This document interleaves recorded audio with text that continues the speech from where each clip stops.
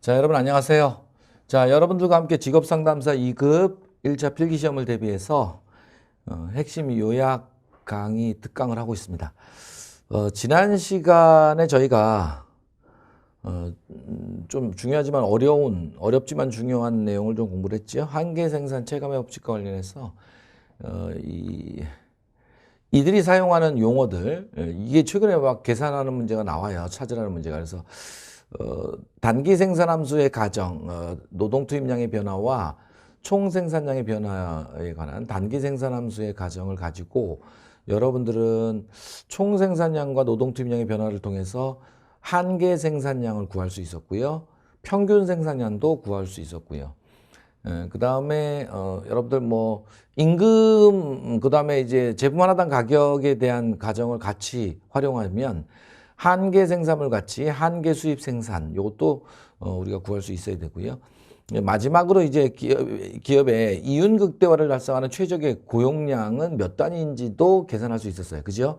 그래서 간단하게나마 제가 정리를 좀 해드렸고, 조금 더 말씀드렸습니다만 구체적인 내용은 2차 과정에서의 기출문제 여러 개가 출제가 됐거든요. 그래서 그 해설 강의를 통해서 정리를 좀 해주시면 혹시 1차에서 이게 주관식 문제로 나오는 이 계산 문제가 객관식으로 나올 수 있거든요. 그러면 정답을 잘 찾을 수 있을 거예요. 자, 그리고 나면 이제 노동 수요를 해서 마지막 세 번째 논점이 탄력성이라고 그랬잖아요. 노동 수요의 임금에 대한 탄력성인데, 자, 이거 공부했던 걸 좀 떠올려 보세요. 우리는 탄력성의 개념 확인했죠. 기본 이론에서 가격의 변화율 분의 노동 수요량의 변화율이다. 그죠? 노동 수요의 임금에 대한 탄력성은, 그래서 가격은 임금이니까 노동의 가격은 결국 노동 수요의 임금에 대한 탄력성은 임금의 변화율 분의 노동 수요량의 변화율로 계산하고요. 만에 하나 문제에서 최근엔 그렇게 나옵니다. 유를 우리한테 안 줘요. 그죠? 그러면 우리가 유를 구해야 되는 거죠. 그래서 그 공식까지를 기억을 해주시면 됩니다. 3번 논점이죠. 자, 그러면 노동수요 임금 탄력성, 임금의 변화율 분의 노동수요량의 변화율인데, 제가 거기 기출문제를 하나 드렸어요. 그래서 유를 우리한테 구하라고 준단 말이에요. 그래서 시간당 임금이 500원일 때 1000명을 고용하던 기업이 시간당 임금이 400원으로 감소했어요. 그럼 임금이 하락했으니까 고용량은 늘었겠죠. 1100명을 고용했네. 자, 이 기업의 노동수요 탄력성을 계산하세요. 그러면 탄력성 어떻게 계산합니까? 임금의 변화율 계산하고 노동수요량의 변화율을 찾아야 될 거 아니에요. 그럼 임금의 변화율은 어떻게 계산하죠? 종래의 임금분의 임금의 변화분이죠.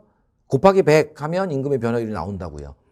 그 다음에 노동수요량의 변화율은요. 종래의 노동수요량분의 노동수요량의 변화분 곱하기 100 이렇게 해서 계산을 하면 됩니다. 자, 그러면 임금의 변화를 구해보세요. 제가 해설 달아놨죠. 종래 임금이 500원에서 400원으로 감소했으니까 500원분의 변화분, 임금의 변화분은 500원에서 400원으로 감소했으니까 100원이죠, 변화분이. 그걸 조심하셔야 돼요. 그래서 500분의 100 곱하기 100이고. 그럼 노동수요량의 변화율은요. 종래 노동수요량이 1000명이었고 1100명으로 늘었으니까 변화분은 100명이죠. 그래서 1000분의 100 곱하기 100. 계산해 봤더니 임금의 변화율은 20이 나오고요. 20%인 거죠. 노동수요량의 변화율은 10%가 나오니까 20분의 10. 그래서 0.5.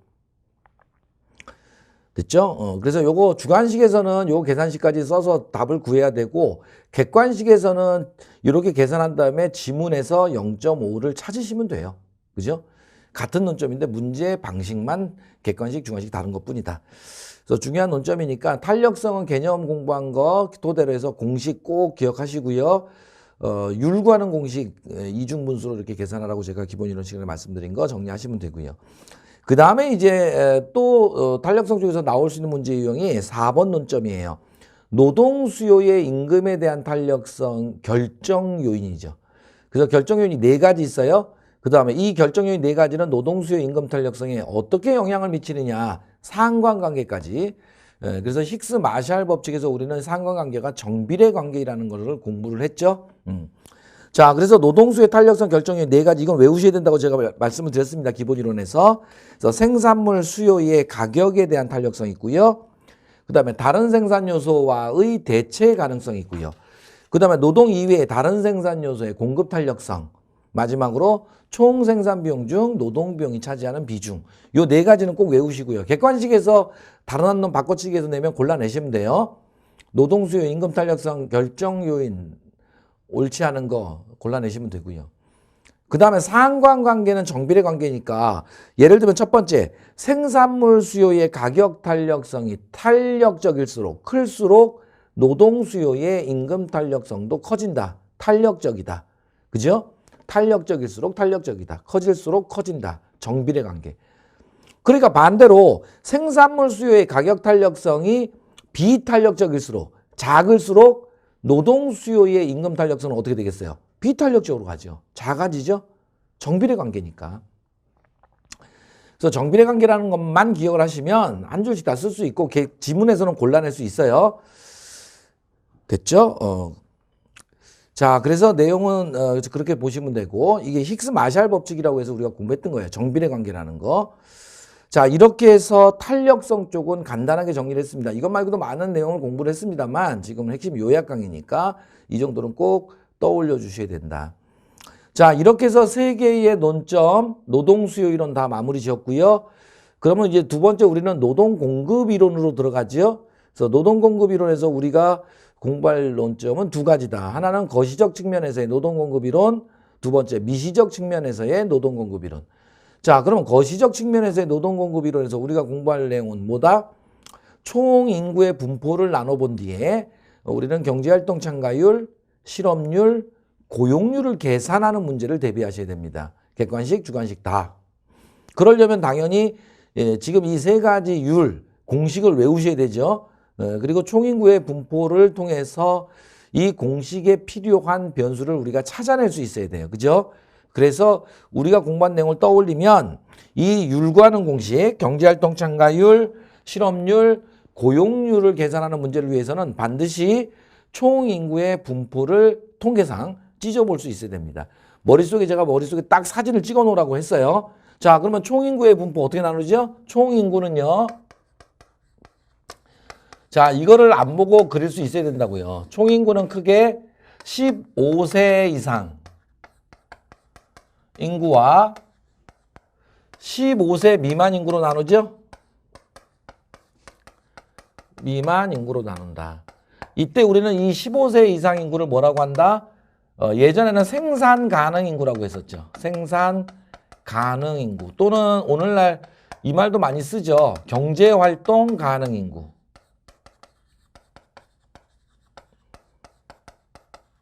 법적으로 경제 활동이 가능한 인구인데 요게 이제 의무 교육을 면한 다음부터 우리가 법적으로 일을 할 수 있잖아요. 그게 이제 15세 이상인 거예요. 그죠? 그래서 근로기준법에서도 여러분들 보시면 만 15세 미만자는 근로자로 사용할 수 없다. 원칙적으로 이렇게 규정해 놓고 다만 예외적으로 의무 교육에 지장을 주지 않는 범위 내에서 취직 인허증, 노동부 장관이 발급하는 취직 인허증을 발급받은 사람은 예외적으로 일을 할 수 있도록 이렇게 규정을 해놓고 있는 겁니다. 자, 그래서 15세 이상 인구는 법적으로 일을 할 수 있는 경제활동을 할 수 있는 사람들이에요. 생산 가능 인구 또는 경제활동 가능 인구. 그러니까 이 인구는 다시 나눠야지. 법적으로 일을 할 수 있는 15세 이상 인구 중에서 현재 경제활동에 참가하고 있는 인구와 법적으로 일을 할 수 있지만 경제활동에 참가하지 않고 있는 인구로 나눠야 되잖아요. 그죠? 현행법상으로야 뭐 중학교를 졸업하면 15세 이상이어서 일을 할 수 있지만 요즘 누가 중학교 졸업하고 일을 하러 나옵니까? 우리나라 고등학교 진학률이 거의 100%에 가까운데, 그죠? 그러니까 전업학생으로서의 고등학생 같은 경우는 법적으로 일은 할 수 있지만 일 안 하고 있잖아요, 그죠? 그래서 우리는 경제활동에 참가하고 있는 인구를 우리는 경제활동 인구라고 하고요. 경제활동 인구. 법적으로 경제활동이 가능하지만 경제활동에 참가하고 있지 아니한 인구를 우리는 비경제활동 인구 이렇게 나눈다.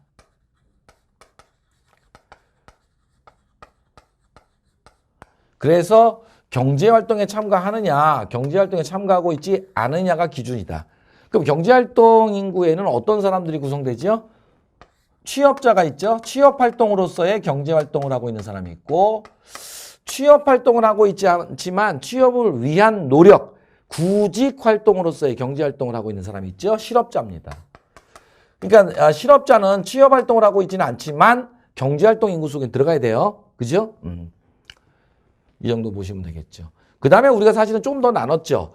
취업자는 다시금 어떻게 나눴습니까? 통계상 취업자로 분류되는 사람들이 여기에 해당되니까 뭐 임금 근로자와 비임금 근로자로 나눴고, 그죠? 그래서 임금 근로자는 뭐 임금을 받는 사람이라면, 그래서 통계상으로야 조사 대상 주간 1주간 동안에 1시간 이상 유급으로 일한 자죠. 정규직이든 비정규직이든 임금을 받는 사람은 전부 다 임금 근로자에 들어가서 취업자로 분류됩니다. 통계상. 그 다음에 취업자에는 임금을 받는 임금 근로자는 아니지만 취업자로 분류되는 사람들이 있죠. 비임금 근로자. 대표적인 사람 두 사람 있었어요. 하나가 자영업자. 또 하나가 무급 가족 종사자. 그래서 무급 가족 종사자의 기준은 얼마 있었어요? 가족 구성원이 운영하는 농장이나 사업장에서 주 18시간 이상 무급으로 일을 하면 무급이지만 통계상 취업자로 분류되죠? 그러니까 임금 근로자에다 못 넣으니까 비임금 근로자에다 넣어야죠. 그렇죠? 아무튼 뭐 우리가 그렇게 나눴던 거 기억하시면 돼요. 요 그림은 꼭 가지고 가셔야 된다고요. 그래서 조금 더 우리가 공부했던 걸 기억하자면 요거는 임금 근로자, 뭐 비임금 근로자로 나뉜다. 우리가 기본이론 시간에 공부를 했던 거니까 한번 써보죠. 자, 그래서 비임금 근로자에 해당하는 사람이 두 사람 있다 그랬죠? 자영업자. 그 다음에 아까 제가 지금 얘기했던 무급 자원봉사자 아니에요. 무급 자원봉사자는 경제활동 인구 속에 들어가는 거고, 여기는 무급 가족 종사자야. 그죠? 주 18시간 이상. 근데 무급으로 일을 한다고요. 무급으로. 그럼에도 불구하고 통계상으로는 취업자로 분류돼서 경제활동 인구 속에 들어가야 된다. 됐죠? 비경제활동 인구야 뭐 여러분들 전업주부나 전업학생이나 또는 무급 자원봉사자나, 그죠? 그 다음에 연로자, 만 65세 이상, 이런 분들은 비경제활동 인구에 들어갈 거다. 그래서 만일에 문제가 나오는데, 이런 인구를 주지 않고요. 개별적인 이런 인구를 막 줘요. 단시간 근로자가 몇 명, 뭐 이렇게 주면, 여러분들은 단시간 근로자는 비정규직 임금 근로자잖아요. 그러면 단시간 근로자는 어디다? 여기에 해당하니까 여기다 넣어야 되는 거야. 그치? 그리고 이 속에 들어가는 거죠. 이해되시죠, 지금? 그런데 만일에 여러분들 전업주부가 몇 명, 그럼 전업주부는 여기 들어가야 되는 거고, 그거를 여러분들은 분류할 수 있어야 된다고요. 그래서 요거는 안 보고 쓰셔야 돼요.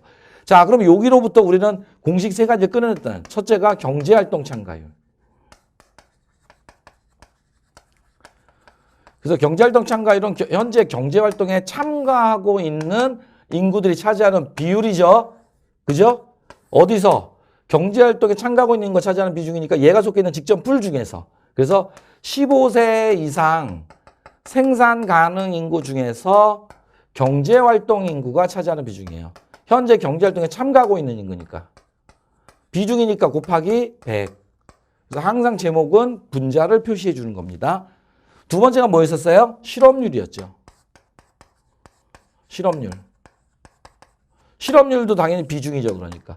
실업자가 차지하는 비중이에요. 그러니까. 곱하기 100.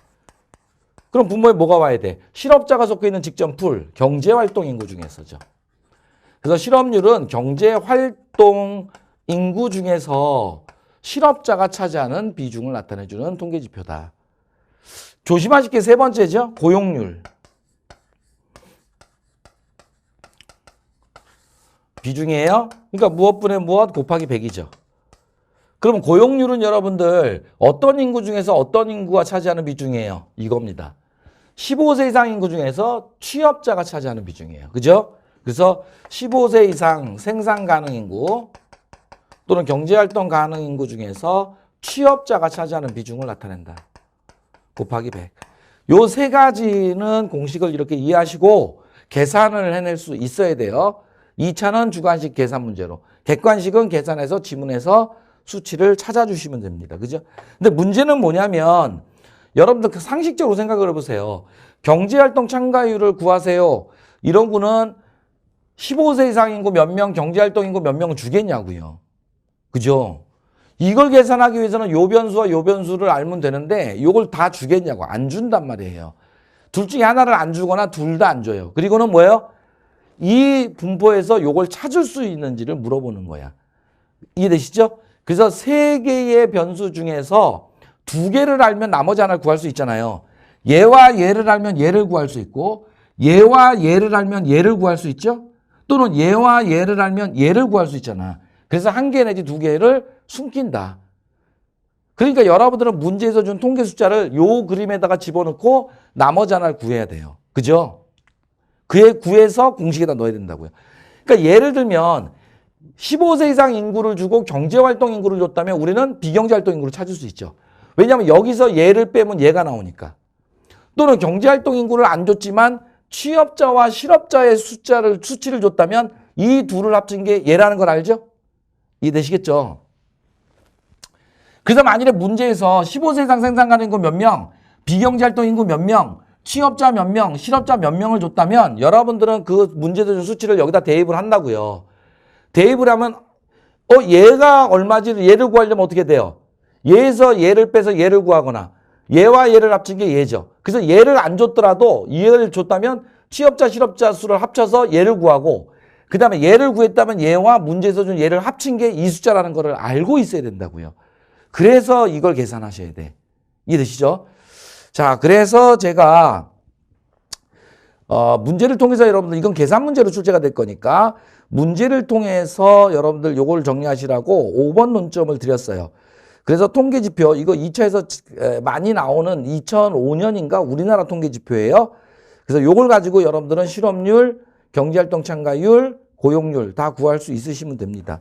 그럼 이런 문제가 나왔을 때는 여러분들 문제도 줬잖아요. 특정 시기에 고용 동향이 다음과 같다 하면서 주면 이거를 여러분들 문제지에다가 찍찍찍찍 여러분들이 분류한 다음에 숫자를 대입하셔야 된다고요. 그래서 우리가 필요로 하는 숫자를 골라주셔야 돼요. 그러면 여러분들 보세요. 문제 숫자가 좀 구체적이어서 제가 계산을 여기서는 못할 것 같고 여러분들은 꼭 해보세요. 핸드폰 계산기 있으니까. 문제에서 15세 이상 인구를 여기를 줬잖아요. 그죠? 15세 이상 인구. 여기가 35,986천 명이죠. 6천 명 줬단 말이야. 그 다음 비경제활동 인구 여기죠. 여기가 14,716천 명을 줬어요. 그리고 취업자 수를 여기죠. 취업자 수를 21,148천 명을 줬단 말이에요. 자, 이런 수치를 줬으면 보세요. 실업률을 구하라 그러면 실업률은 경제활동 인구분의 실업자 곱하기 100이잖아요.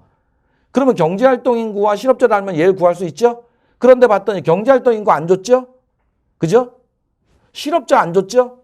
둘 다 안 준 거잖아. 그럼 여러분들은 여기서 경제활동 인구와 실업자를 구할 수 있어야 된다고. 어떻게 구합니까? 뭐 어려워요. 여기다 대입 딱 해봤더니 이 그림에서 15세 이상 인구 35,986천 명에서 비경제활동 인구 14,716천 명을 빼면 얘가 나오겠구나. 그럼 얘가 나오면 요 경제활동 인구에서 취업자 21,148천 명을 빼면 실업자 수 얘가 나오겠구나. 그냥 보이잖아요, 그냥. 그래서 얘를 구하고 얘를 구했으면 그 숫자를 여기다 대입하면 실업률이 나오잖아요. 이해되시겠죠? 이렇게 문제에서 준 통계지표를 집어넣어서 우리가 나머지 통계지표를 찾을 수 있어야 돼. 그러니까 총인구의 분포를 알아야 되는 거지. 그럼 경제활동 인구는요? 경제활동 참가율은 15세 이상 생산 가능 인구 중에서 경제활동 인구가 차지하는 비중이죠? 근데 15세 이상 생산 가능 인구는 문제에서 줬잖아요. 그런데 경제활동 인구를 안 줬죠? 그러니까 얘를 어떻게 구하냐고. 얘에서 얘를 빼서 얘를 구하면 두 개 다 알았으니까 바로 이걸 구할 수 있죠. 이해되시죠? 그럼 고용률은 어떻게 계산해요? 고용률은 15세 이상 생산 가능 인구에서 취업자잖아요. 이거 35,986천 명 분의 취업자 21,148천 명 곱하기 100 하면 바로 고용률이 나올 거고. 그죠? 이렇게 계산을 하시면 된다 이 말이에요. 그래서 대전제 이쪽에 나오는 문제를 풀기 위해서 여러분들이 공부해야 될 것은 총인구의 분포를 꼭 안 보고 이렇게 분류할 수 있어야 되고 공식 3개 외우는 거다. 됐죠? 그렇게 해서 계산을 하면 이렇게 나온다 이 말이에요. 자, 여러분들이 이거는 핸드폰 계산으로 한번 해보세요. 꼭 손계산하다가 또 틀리는 경우 많아요, 선생님들. 그래서 꼭 전자계산기로 계산을 하시고 수험장에는 그래서 전자계산기 가져가셔서 전자계산기 사용할 수 있습니다. 핸드폰은 사용 못해요. 그러니까 핸드폰 계산기로 하실 생각을 하시면 안 됩니다. 실전에서는 꼭 전자계산기 가지고 가셔서 그 다음에 이쪽과 관련된 계산 문제의 변형 문제로 출제가 됐던 게 두 번째 문제죠. 5번 논점에서 두 번째 박스 보세요. A국의 만 15세 이상 생산 가능 인구가 100만 명이고요. 경제활동 인구가 70%고요. 실업률이 10%라고 할 때 A국의 실업자 수를 구해봐라. 이거는 이제 변형 문제죠. 통계 숫자를 주고 유를 구하라는 게 아니라 반대로 유를 주고 통계 숫자를 구하라는 거예요, 지금. 그죠? 근데 이건 뭐야? 다 똑같아요. 똑같습니다. 결국은 문제에서 준 자료를 활용해서 필요한 것들을 구하라는 거예요, 지금. 여러분들 보세요. 15세 이상 생산 가능 인구가 여기 100만 명을 줬잖아, 지금. 100만 명. 그죠? 그 다음에 여러분들, 경제활동 참가율, 여기잖아요. 경제활동 참가율이 70%라는 거잖아요, 지금. 그지? 예. 그러면 15세 이상의 요걸 활용할 수 있겠다. 15세 이상 인구가 여기가 100만 명이라는 거 아니에요, 지금? 그죠? 그 다음에 실업률이 10%라고 했네? 실업률. 여기가 10%라는 거잖아요, 지금. 그죠? 그리고는 뭘 구하라 그래요? 실업자 수, 요걸 구하라는 거네. 요거를. 그럼 그림이 딱 보이지 않아요?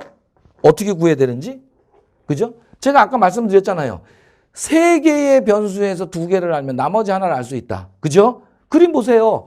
경제활동 참가율 공식에서 봤더니 경제활동 참가율 70%고 생산 가능 인구 100만 명이야. 그럼 2개를 알면 얘를 구할 수 있을 거 아니에요. 경제활동 인구. 이해되세요? 경제활동 인구 몇 명이? 이게 70%가 되려면 100만 명 중에 몇 명이어야 70%예요? 70만 명이면 되는 거 아니에요?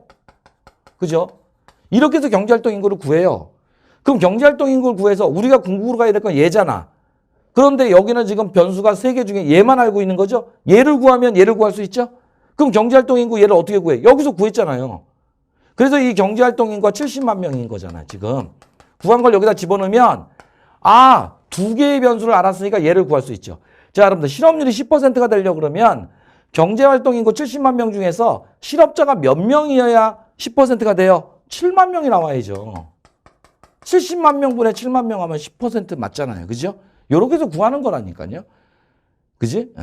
그러면 이거를 2차에서 이게 만일에 출제가 된다면 요거 구하는 절차들을 계산식을 쭉 써주셔서 실업자 수 7만 명을 구하는 거고 객관식은 계산식 쓸 필요가 없잖아요. 머릿속에서 이걸 이렇게 짜맞춰가지고 실업자 7만 명이네 하고 지문에서 7만 명을 찾으면 되는 거예요. 객관식에서는. 됐어요? 자, 이렇게 해서 출제가 잘 되고 있는 노동공급 이론 중에서 특히 첫 번째 거시적 측면에서의 노동공급 이론, 경제활동 참가율, 실업률, 고용률을 계산하는 논점을 정리를 했다. 이렇게 보시면 되겠고요. 세세한 건 여러분들 우리가 기본이론 시간에 공부를 합니다. 기본이론 시간에. 여기는 핵심 요약 강의라서 그렇게 여러분들이 공부했던 내용을 한번 같이 정리를 해보자. 이런 취지입니다. 자, 그럼 두 번째 노동공급 이론의 두 번째 논점이 후방굴절형 노동공급 곡선. 그죠? 개인의 노동공급 곡선이죠. 그래서 이거를 설명하는 이론으로서 소득 여가 선택 모형. 이걸 공부하는 곳이다. 자, 그러면 여러분들 미시적 측면에서의 노동공급 이론에서 자, 일반적인 노동공급 곡선의 형태는 어떤 모습이에요? 일반적인 노동공급 곡선은 협의의 좁은 의미의 노동공급 함수로부터 노동공급에 영향을 미치는 1번 타자 결정 요인인 임금과 노동공급과의 상관관계가 정비례 관계잖아요. 임금이 오를수록 노동공급량도 늘어나죠. 임금이 떨어질수록 노동공급량도 줄어요. 정비례 관계죠. 그래서 그걸 그래프로 그려보면 임금과 노동공급과의 관계가 노동공급량이죠.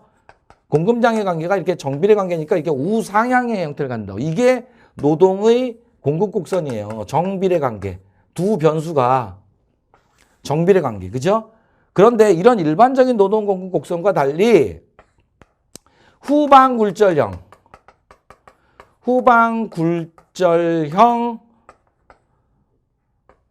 노동 공급곡선이 있단 말이에요. 그래서 이거는 형태적 특성을 가지고 이름을 붙인 거고 성질적으로 보면 이제 이거는 개인의 노동 공급 곡선이에요.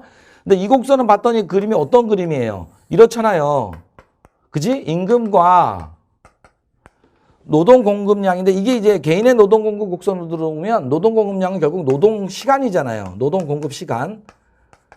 이거의 관계가 일정한 W 스타라는 일정한 이게 사람마다 다르니까 W 스타라는 임금 수준을 기준으로 이것보다 낮은 영역에서는 임금이 오르면 오를수록 노동 공급도 증가해요. 정비례 관계입니다. 그러니까 우상향의 이런 노동 공급 곡선이 나와요. 왜? 임금과 노동 공급과의 상관관계가 정비례 관계니까. 즉 임금이 오를수록 노동 시간이 늘어난단 말이에요. 그죠? 정비례 관계잖아요. 그런데 일정한 W 스타라는 임금 수준을 넘어선 영역에서는 여기 영역에서는 임금이 오르면 오를수록 오히려 어떤 일이 벌어져요? 노동 공급 시간이 줄어들고 여가 시간이 늘어나더란 말이에요. 그러니까 임금과 노동 시간의 상관관계가 반비례 관계예요. 그래서 이렇게 체감합니다.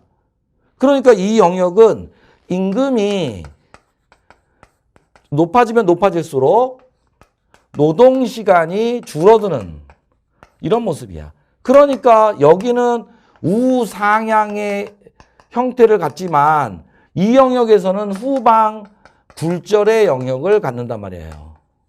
이런 모습. 그래서 이게 우리는 후방 굴절형 노동 공급 곡선. 일반적인 우상향의 노동 공급 곡선에 대한 특이점이 보이는 거죠.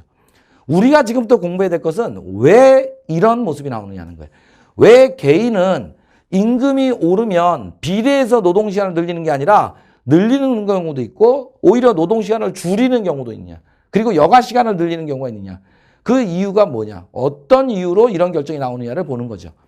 그래서 중소기업에 다니는 또는 기업에 다니는 노동자가 임금이 인상되었을 경우에 이 노동자는 자 노동공급과 관련해서 어떤 결정을 내린다. 노동시간을 늘리는 결정을 한다. 노동시간을 줄이고 여가시간을 늘리는 결정을 한다. 알 수 없다요. 노동시간을 늘려서 추가 소득을 얻고자 하는 사람도 있고 노동시간을 줄이고 여가시간을 늘려서 뭐 워라벨이라 그럽니까? 이런 걸 선택하는 노동자도 있다. 그래서 노동자들에 따라서 노동시간을 늘리는 사람도 있고 노동시간을 줄이고 여가시간을 늘리는 사람도 있다. 개인은 그렇잖아요. 이제 그걸 설명하는 이론이야. 그래서 이 이유를 이런 결정이 나오는 이유를 설명하라. 뭐로? 소득, 여가, 선택 모형으로. 그래서 소득, 여가, 선택 모형에서 우리는 뭘 공부했어요? 임금 인상의 효과로서의 소득 효과와 대체 효과를 공부했죠. 그죠? 이거 외우라고 제가 말씀을 드렸습니다. 기본이론에서. 2차 가시면 어차피 써야 되니까. 그러면 여러분들 임금 인상의 효과로서의 그게 6번 논점이에요. 자, 임금 인상의 효과로서의 소득 효과는 뭐죠? 소득 효과란 임금이 오르게 되면 자, 물가가 움직이지 않았다는 가정하에서 명목임금이 오르게 되면 그 근로자의 가계소득, 실질소득이 증가한다. 그죠? 실질소득 또는 구매력이라 그랬어요. 그래서 실질소득, 구매력이 증가하는 결과 노동시간을 줄이더라도 구매력의 감소가 나타나지 않아서 노동시간을 줄이는 효과가 나타난다. 우리는 이것을 소득효과라고 한다. 그러니까 소득효과는 결국 명목임금의 상승을 통해서 실질소득이 증가하는 결과 노동시간이 줄어드는 효과예요. 그럼 이와 달리 대체효과는 뭐죠? 임금 인상 시 여가의 기회비용이 증가한다 그랬어요. 그래서 여가의 기회비용이 증가하는 결과 여가 소비를 줄이고 그러니까 여가와 대체 관계에 있는 노동 소비가 늘어나니까 노동시간이 늘어나는 효과가 나오죠. 그래서 단도직입적으로 얘기하면 임금 인상의 효과로서 소득효과, 대체효과 중에서 소득효과는 임금 인상 시 노동시간이 줄어드는 효과고 대체효과는 임금 인상 시 노동시간이 늘어나는 효과거든요. 그런데 임금이 인상되게 되면 이 소득효과와 대체효과가 모두 나타난단 말이에요. 그러니까 둘 중에서 더 효과가 크게 나타나는 게 작은 걸 잡아먹어 버리니까 그 효과에 크게 나타나는 효과에 따라서 노동시간은 늘어날 수도 있고 줄어들 수도 있는 거지. 자, 그러면 개인이 임금 인상되었을 때 만일에 이런 결정을 했어요. 임금 인상되었더니 노동시간이 늘어나는, 증가는 이런 결정을 내렸다면 그 이유를 우리는 소득, 여가, 선택 모형으로 어떻게 설명하죠? 아, 이 경우는 임금 인상의 효과로서 나타나는 소득 효과와 대체 효과 모두 나타나는데 이 중에서 어떤 효과가 더 크게 나타난 거예요? 노동시간을 늘리는 효과가 더 크게 나타난 거다. 그러니까 대체 효과가 더 크게 나타났기 때문이죠. 그러면 이런 결정이 나온다고요. 개인은. 자, 그러면 어떤 개인이 임금이 올랐더니 노동시간을 줄이고 여가시간을 늘리는 결정을 했어요. 그러면 우리는 그 이유는 뭐다? 아, 임금 인상의 효과로서의 소득 효과와 대체 효과 중에서 자, 임금 인상 시 노동시간을 줄이는 소득 효과와 노동시간을 늘리는 대체 효과 중에서 어떤 효과가 더 크게 나타났기 때문이다? 노동시간을 줄이는 효과가 더 크게 나타났기 때문이죠. 소득 효과가 더 크게 나타났기 때문이다. 이렇게 설명할 수 있다 이 말이에요. 이해되시죠? 그래서 어떤 사람이 어떤 근로자가 임금이 인상되었더니 노동시간을 줄이고 취미활동을 시작했다. 뭐 동호회 활동을 시작했다. 가족들과 캠핑을 시작했다. 이러면 이 사람은 노동시간을 줄이고 여가시간을 늘린 거죠. 그 이유를 소득 여가 선택 모형으로 설명하세요. 그러면 우리는 뭐라고 해요? 이 근로자의 임금이 인상됐을 때 이 근로자에게는 임금 인상의 효과로서의 소득 효과와 대체 효과가 모두 나타나는데 이 중 노동시간을 줄이는 소득 효과가 더 크게 나타났기 때문이다. 이렇게 설명을 하시면 된다고요. 근데 만일에 기업에 다니는 근로자가 임금이 인상되었다. 이 사람은 노동건국과 관련해서 어떤 결정을 내릴지를 설명해봐라. 그러면 이 사람은 노동시간을 늘린다 줄인다. 우리는 알 수 없다. 이 사람의 임금이 올랐을 때는 임금 인상의 효과로서의 소득 효과, 대체 효과 모두 나타나는데 만일 경우의 수는 얘기할 수 있죠. 소득 효과와 대체 효과 중에서 대체 효과가 더 크게 나타난다면 이 사람은 노동시간을 늘리는 결정을 할 거고 반대로 대체 효과보다 소득 효과가 더 크게 나타난다면 이 사람은 노동시간을 줄이고 여가시간을 늘리는 결정을 할 건데 이 개인에게 임금이 인상되었을 때 소득 효과와 대체 효과가 모두 나타난다는 건 알지만 두 효과 중에서 어느 효과가 더 크게 나타나는지를 우리는 알 수 없기 때문에 이 사람은 늘릴 수도 있고 줄일 수도 있다. 어떤 결정할지 우리는 판단할 수 없다. 이렇게 얘기하시면 되는 거예요. 자, 그 내용을 우리는 1차와 2차에서 공부를 하죠. 소득 여가 선택 모형으로 설명하는 겁니다. 그게 6번 논점이었어요. 됐죠? 그리고 마지막 7번 논점은 쉽지만 자주 출제가 되는 거죠.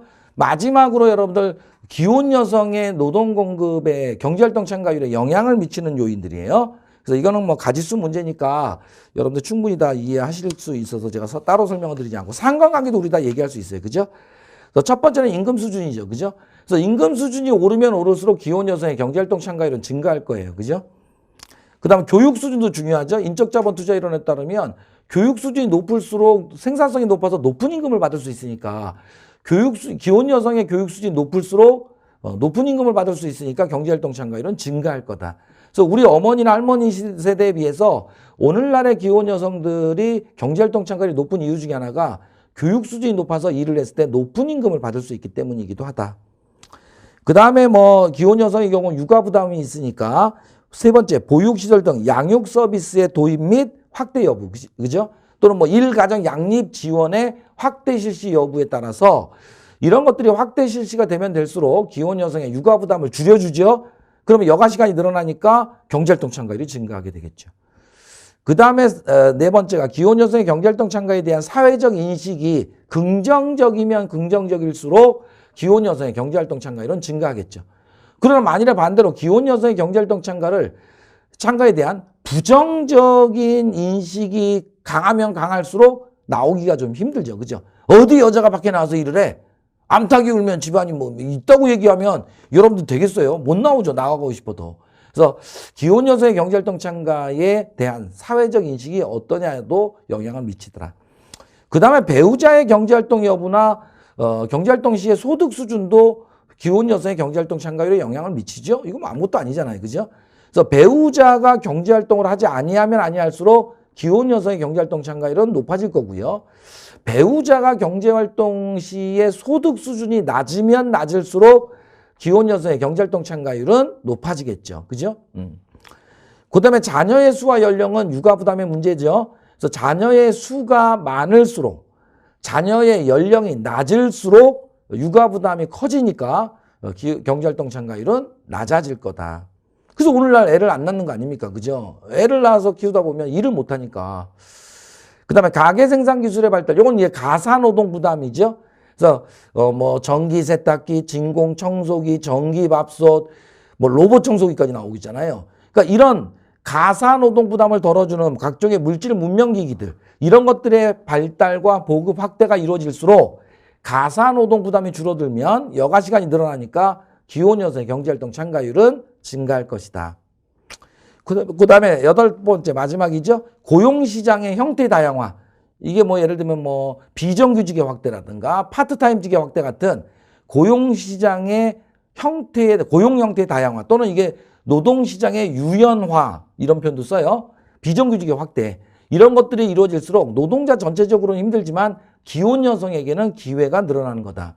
왜냐하면 기혼 여성들은 일을 하더라도 풀타임 근로보다는 파트타임 근로 쪽으로 가는 경우들이 많잖아요. 그러니까 이런 파트타임 같은 비정규직, 단시간 근로의 확대는 기혼 여성들에게 일자리를 늘려주는 성질이 있으니까 기혼 여성의 경제활동 참가율은 증가하게 될 것이다.